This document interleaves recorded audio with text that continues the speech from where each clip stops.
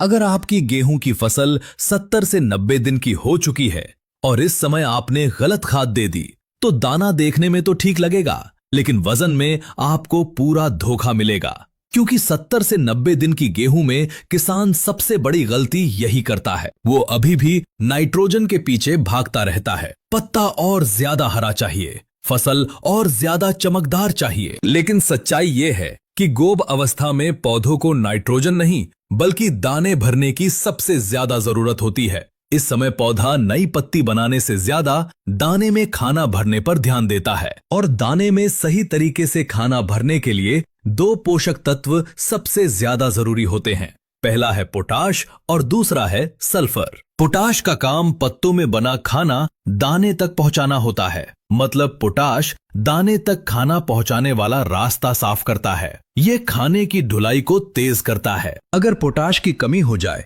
तो खाना पत्तों में ही अटका रह जाता है। बाहर से पत्ता पूरा हरा दिखता है, फसल देखने में बहुत अच्छी लगती है, लेकिन अंदर दाना हल्का रह जाता है। इसीलिए कई किसान कहते हैं कि फसल तो बहुत अच्छी थी, फिर भी वजन नहीं बना। भाइयों, ऐसे मामलों में अक्सर असली वजह पोटाश की कमी ही होती है। अब दूसरी जरूरी बात सल्फर की।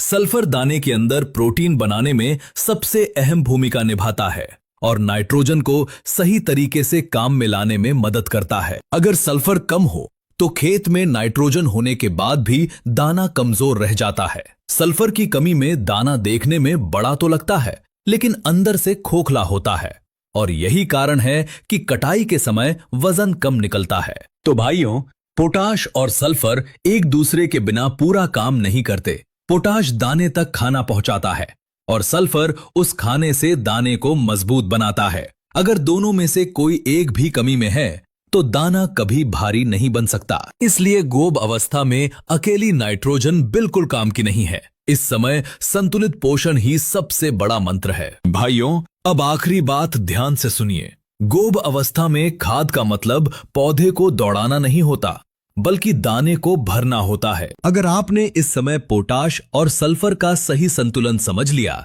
तो दाना अपने आप भारी बनेगा।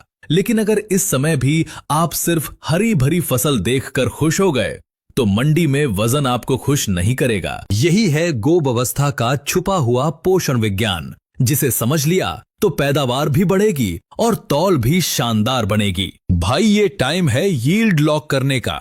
अब जो संभाल गया वही फायदा उठाएगा।